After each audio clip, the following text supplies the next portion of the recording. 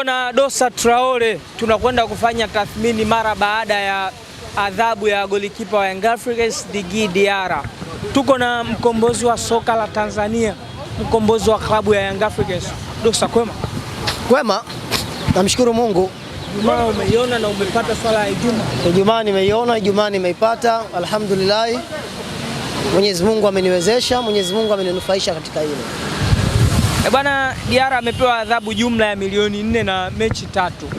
Wadau wanahoji kile alichokifanya na alichopewa hakina uwiano, ni kama alipaswa kupewa adhabu zaidi. Dosa, kuna hoja hapa kweli? Mimi kwanza naheshimu kamati ya masaa 72, lakini pia naheshimu sana maamuzi ya shirikisho la soka Tanzania TFF chini ya mzee wetu Wallace Karia. Kuna nyakati lazima tuheshimu kwa kitu anachokifanya. Story kubwa, swala kubwa la Djigui Diarra lilikuwa ni kutaka kumwadhibu mwamuzi. Adhabu ziko wazi, vifungu vipo wazi. Kipo kifungu kinaweza kusema anatakiwa afungiwe mwaka mzima. Kipo kifungu kilipaswa Diarra afungiwe miezi 6. Lakini kipo kifungu kilichosema Diarra afungiwe apigwe faini milioni 1. Kamati ya masaa 72 sio wajinga na sio wapumbavu. Wameona namna gani ya kuisaidia Yanga, namna gani ya kuinusuru Yanga, ni kumpa Diarra adhabu ya mechi 3. Yaani pale wamenusuru namna gani ya kwenda kuisaidia Yanga, wakaona wampe Diarra faini ya milioni 4. Na tushazoea hizi adhabu. Leo unapokwenda kumpa Djigui Diarra adhabu ya miezi 6 mwaka mzima, ni kwamba soka la Tanzania unadidimiza. Ni kwamba unataka kuivunja historia ya Yanga. Na mimi najua Ismaili, kama adhabu ingetoka ya miezi 6 ya mwaka mzima, Yanga wasingekubali. Kwa hiki kilichotokea, Watanzania, wadau wa mpira wanapaswa kukiheshimu, wanapaswa kulipongeza kamati ya masaa 72. Wametenda haki, na mimi naamini kupitia hili Djigui Diarra atakwenda kujifunza sana huko alipokwenda. Leo watu wanakwenda, wengine wanakwenda mbali, wanauliza kitendo cha Djigui Diarra kuonyesha kidole hakikustahili kupata adhabu. Mchezaji anatukana watu, mchezaji anaonesha watu ishara ya matusi, asifungiwe? Hii haikubaliki. Kama ameonyesha utovu wa nidhamu ichukue mkondo wake. Kwa hiyo mimi ukiniuliza kuhusiana na zile adhabu, mimi naamini kila adhabu aliyopewa Djigui Diarra kwenye hivi vifungu vyote amestahili. Na mimi naliomba sana shirikisho la soka Tanzania TFF na kamati zake, haki isiegemee kwa wachezaji wa timu ndogo. Haki kaegemee kwa wachezaji, hususan hawa vilabu vikubwa, kwa sababu hawa wanaamini viongozi wao ni taswira ya nchi yetu. Hawa wachezaji ambao wanachezea vilabu vikubwa wanaamini mimi kuichezea Simba, mimi kuichezea Yanga, na nina haki ya kufanya kila kitu. Kwa hiyo kama tusingemwadhibu Djigui Diarra, leo mpira wetu usingekuwa na dosari nzuri. Kamati ya masaa 72 imefanya kazi, na naamini kila mtu amefurahia namna kamati ya masaa 72 ilivyotoa taarifa yake. Kama Young Africans ilipaswa itoke hadharani na taarifa maalum ya kukemea kile ambacho alikifanya Djigui Diarra. Ni maamuzi yao, wanaweza wakatoka hadharani wakaitana wao kwa wao, nikimaanisha viongozi pamoja na wachezaji na technical staff, wakaambizana hiki kilichotokea kiko sawa. Lakini wangekwenda mbali zaidi, pia wangetoka kupitia msemaji wakaja wakasema kivyo vyote kwa hili linalotokea kwa upande wao ni sawa. Tusiwalazimishe ni lazima watoke front waje waseme Djigui Diarra ametukosea ama amelikosea soka la Tanzania. Hapana. Wao wenyewe wana falsafa zao, wao wenyewe wana tamaduni zao, na mimi naamini uongozi wa Yanga ni uongozi makini sana. Kwenye hilo amekaa na Djigui Diarra na amemweleza kila situation ambayo inatokea na inayoendelea. Young Africans imepata pengo, ndio maana ukasema kwamba bodi ya ligi imeamua kuisaidia Yanga kwenye hizi mechi 3 ambazo amefungiwa: Pamba Jiji, Tanzania Prison pamoja na mechi ya TMA kwenye CRDB. Mimi naamini moja ya nguzo kubwa kwetu sisi kama wana Yanga ni Djigui Diarra. Kwa hiyo akitokea mtu ambaye atasema hili sio pengo, huo ni mtazamo wake. Lakini mimi naamini kukosekana kwa Diarra kwenye mechi 3 ni dosari nyingine inakuja kwenye klabu, ni pengo jingine linakuja kwenye klabu. Na hili mtanange na KC lichukueni sana. Yanga na magolikipa zaidi ya 2, lakini inawezekana Yanga wakacheza mechi takribani 10-15 asitokee kipa mwingine zaidi ya Djigui Diarra. Hii inamaanisha Djigui Diarra ni bora kuliko wenzake, na hili linamaanisha Djigui Diarra ameshindwa kupewa challenge na magolikipa wengine ambao wamefanyaje, wapo. Kwa hiyo mimi kwa namna ninavyofahamu mpira, mimi naamini ndani ya Yanga hakika tumepata pengo ambalo halina mfano wake. Djigui Diarra ametukosea, lakini inawezekana akatukosea zaidi huko tunapokwenda kwenye hii michezo 3. Tutasema kwa namna yoyote ile, lakini tutakubali Diarra ni nguzo muhimu sana kwenye klabu yetu, na anapokosekana ni lazima madhaifu yataonekana kwenye michezo. Djigui Diarra amewakosea wana Yanga, haswa wewe Dosa Traore. Djigui Diarra kwa kitendo alichokifanya, si tu kwa wana Yanga, lakini kwa jamii nzima ya wapenda soka, kwa jamii nzima ya wadau wa mpira wa miguu amewakosea. Ni aibu na nidhamu kubwa mchezaji mwenye kariba kama Djigui Diarra kwenda kuonyesha kitendo ambacho hakikuwa cha kiungwana hata kidogo. Leo Diarra kupitia yeye amekwenda kusababisha matatizo makubwa kwenye familia ya refarii yule ambaye amechezesha ule mchezo. Adhabu iliyotolewa kwa Djigui Diarra haikumpata peke yake, imempata mpaka na muamuzi. Na waamuzi kwenye hili watajifunza sana. Kwenye mpira wetu, kwenye ligi yetu hakuna mchezaji mkubwa kuliko mwingine. Leo wewe kama refarii unashindwa kutumia sheria 17 na mamlaka uliopewa ya mpira wa miguu kwa kushindwa kumwadhibu Diarra, labda kwa kudhani huyu ni mchezaji ni mkubwa, huyu ni mchezaji wa timu ndogo. Kitendo kile kimepelekea muamuzi kushushwa daraja, muamuzi kufungiwa, si ndio?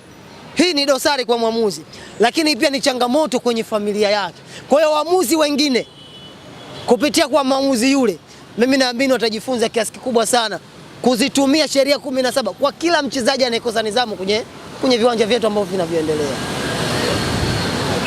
Dosa, kuna wanayanga wametoka fronti, wanajiona kama wao ndio wanapaswa kuizungumzia Yanga, hata kama inaharibu. Wanasema kwamba Diarra ameonyesha uchungu na anatakiwa aungwe mkono. Wengine wameeneza posti za huyu ndio shujaa wetu. Ni sawa? Kwenye football mara nyingi kanuni yake ni mchezo wa maoni. Yupo mtu anaamini kitendo alichokifanya Diarra ni sahihi, na yupo mtu anaamini kitendo alichokifanya Diarra si sahihi.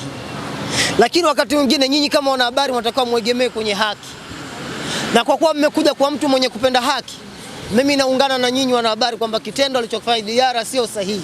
Umeniuliza kuhusu hao watu, kila mtu mjini anaishi kwa maisha yake, si ndio? Huwezi ukamkatalia mtu anokuja mbele akasema kitendo alichokifanya Diarra ni sahihi, huwezi ukamkatalia. Inawezekana na maslahi. Lakini hili rejea kwenye statement ya aliyekuwa msemaji wa Yanga, mhamasishaji wa Yanga, Haji Manara. Alisema ma-influencer wa zamani na ma-influencer wa sasa ni tofauti, si ndio? Akaenda mbali akasema ma-influencer wa sasa wanalipwa, na kila influencer anayelipwa utamuonaje? Ni yule ambaye anatoka mbele akasema Diarra kaonewa kufungiwa, si ndio? Utamuonaje? Ni yule ambaye atakayetoka mbele akasema kwenye tukio hili Diarra ni shujaa wetu. Yaani ni aibu kushindwa kumwambia Diarra kwenye lile goli wewe umehusika, wewe unasema Diarra kaonewa, wewe unasema Diarra kasukumwa. Ile ni aibu kabisa. Lakini kwa kuwa kuna watu wanaishi kwa sababu ya kusema maneno ya uongo, tuache. Kuna watu wanapata faida kwa kusema maneno ya uongo, kwa kuwatetea watu, tuache. Ila sisi kama wadau wa mpira, sisi kama waumini wa football, tunaamini kitendo alichokifanya Diarra hakikustahili kabisa kwenye mpira wa miguu. Na kitendo alichokifanya Diarra, mimi naamini kama ingelikuwa si kuoneana haya tu, adhabu ingetoka zaidi ya hii ambayo imetoka leo. Na alistahili adhabu kubwa zaidi. Lolote linawezekana shehe. Lolote linawezekana. Kama wewe mpenda haki sasa Dosa, Diarra alistahili mlima mkubwa wa adhabu kushinda hii? Mimi naheshimu maamuzi ya kamati ya basi 72. Naheshimu sana. Naona hiki walichokifanya kinatosha. Naheshimu. Umesema tunazungumza haki. Vipo vifungu na kanuni za sheria kutoka kwenye bodi ya ligi, si ruhusa kiongozi yoyote kuingia kwenye pitch, labda kuwe kuna taarifa maalum. Ni agharabu sana kama Hersi alikuwa na taarifa dhidi ya mchezo wa Mtibwa kuingia uwanjani. Je, naye alipaswa kupewa onyo ama kupewa adhabu kwa kile alichokifanya kuingia uwanjani? Hersi ni rais wangu kupitia klabu ya Yanga, na mimi nampongeza kwa sababu moja ya mtu ambaye ameleta chachu sana mabadiliko kwenye mpira wetu, na ametufanya Yanga kuwa ni wakubwa kwenye kipindi kifupi. Leo sisi kama wana Yanga tulikaa takriban miaka 50, kariban miaka 50 hatujacheza robo finali ya CAF Champions League. Tukakaa zaidi ya miaka 25 hatujacheza makundi ya CAF Champions League, lakini kupitia yeye na jopo lake wametuheshimisha kwenye hili. Lakini kuna nyakati nyingine ni kumfikishia tu ujumbe na kumfikishia salamu. Kuna jambo litamhitaji zaidi ya lile Djigui Diarra. Kuna jambo litamhitaji kuliko lile la Diarra. Mimi naona kwa mambo madogo madogo kama yale, kwa nafasi yake, kwa heshima yake angeachana naye. Kwa sababu kila ilivyokuwa Diarra angekuwa na hasira namna gani la singeweza kurusha ngumi kule mwamuzi. Wakati mwingine wanasema mikwara ya mbuzi tu kunyakaranga hiyo, si ndio? Diarra tangeachiwa pale singerusha ngumi. Mpira wetu unaendeshwa na sheria na kanuni. Mpira wetu na vyombo vya ulinzi na kiusalama. Yaani Diarra aamue tu kwa hasira aende akampiga yule mwamuzi, sio kweli. Ila kwa sababu rais anawapenda wachezaji wake, ndio naye akaamua kuvunja kanuni, kushuka mpaka kwenye viwanja. Hili hata Florentino Perez hajaye kulifanya akiwa rais kama Real Madrid. Nishai kushuhudia mechi moja Madrid anacheza na timu fulani hivi, Pepe alimpiga mchezaji wa timu pinzani mateke 17. Vurugu ikawa kubwa. Perez yuko juu lakini hakudiriki kushuka chini ya uwanja. Ameamini kwa nafasi yake hastahili kushuka pale, ila kwa alichokifanya rais inawezekana amekosea, na inawezekana pia kama kamati ya masaa 72, kama shirikisho la soka Tanzania TFF kwenye hili pia wangeliangalia sana, kwa namna yote wangekuja na taarifa kumhusu yeye. Sio kutenda haki naye kupewa adhabu kama inavyopaswa. Na umezungumzia haki ili hata hivyo vilabu vidogo vijifunze kwa vilabu vikubwa kwa kila kitu. Dosa, haki imeshatoka kwa Hersi, hatujaiona hiyo haki. Inawezekana kwenye kanuni haija kuwepo. Ndio maana nikasema bodi ya ligi, kamati ya masaa 72, shirikisho la soka Tanzania, kuna haja ya kuangalia ni namna gani itaweka kanuni ama sheria ya kumwadhibu kiongozi wa juu wa klabu atakayeshuka chini kwa sababu ya mchezaji amefanya sitomfahamu na wachezaji wenzake. Kwa hiyo kwangu mimi naweza nikasema yes, rais alistahili kupata adhabu. Naweza nikasema yes, rais hakustahili kupata adhabu kwa sababu inawezekana kwenye kanuni hawajaionyesha hivyo vipengele. Lakini kwenye mpira wa miguu sio rahisi na haipendezi kabisa rais wa klabu kutoka alipo kuja mpaka chini kwenye pichi kuja kuamua ugomvi wa wachezaji kwa wachezaji. Kwenye hili Engineer Hersi ameukosea kidogo mpira. Engineer Hersi ameukosea mpira. Kwenye hili amekosea kanuni. Kwenye hili amekosea kanuni ya mpira. Afungiwe na yeye. Hakufungiwa, ni maamuzi ya kamati ya masaa 72. Kufungiwa ni maamuzi ya bodi ya ligi na shirikisho la soka Tanzania TFF. Kama sasa wewe mdau wa soka. Wao ndio wenye mamlaka na wao ndio wenye nafasi, wakaona hapa kiongozi huyu ameteleza, tunastahili kumwambia 1 2 3 usifanye. Yes.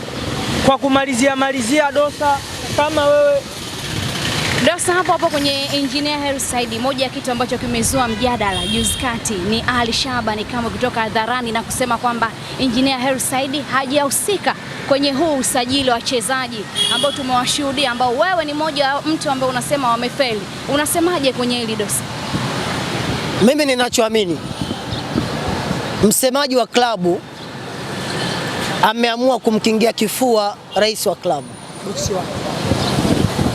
Mimi ninachoamini, kwa sababu kwenye taasisi yoyote rais ndio mwenye mamlaka ya kufanya jambo lolote. Unaposema rais hakuhusika kwenye usajili kahusika kocha, unaweza na sisi tunaweza tukakuuliza kocha kasajiliwa na nani? Kama kocha kakosea na mtu alomleta kocha pia kafanyaje? Kakosea.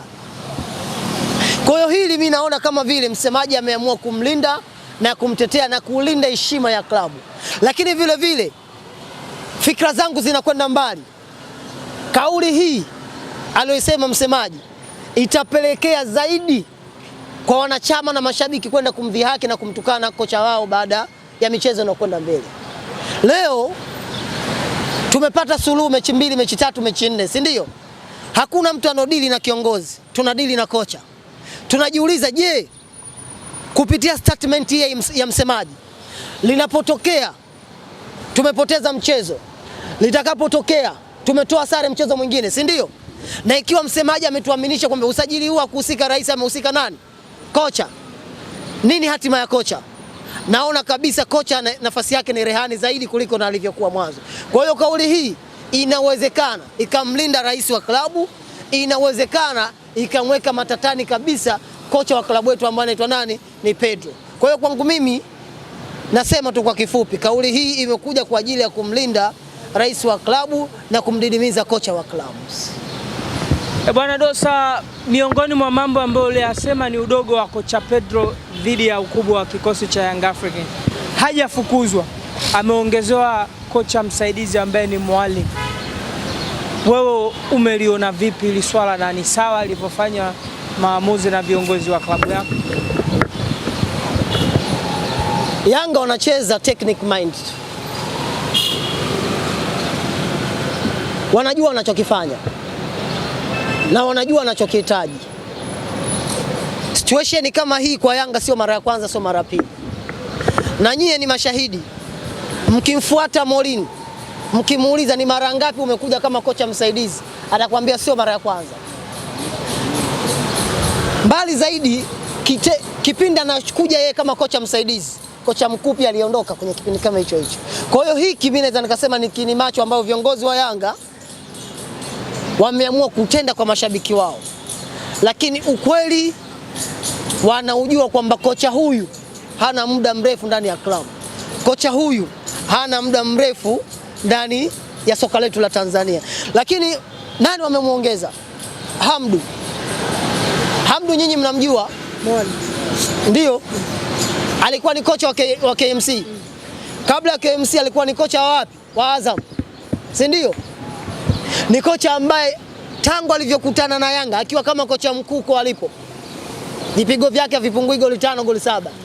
Unajiuliza, yule kocha ambaye alikuwa anafungwa goli 5, yule kocha ambaye alikuwa anafungwa goli 7, ndio tumekwenda mchukua kocha yule aje tusaidie sisi. Wakati mwingine nikikaa usiku nawaza sana, lakini nikasema ya Ngoswe mwachie Ngoswe.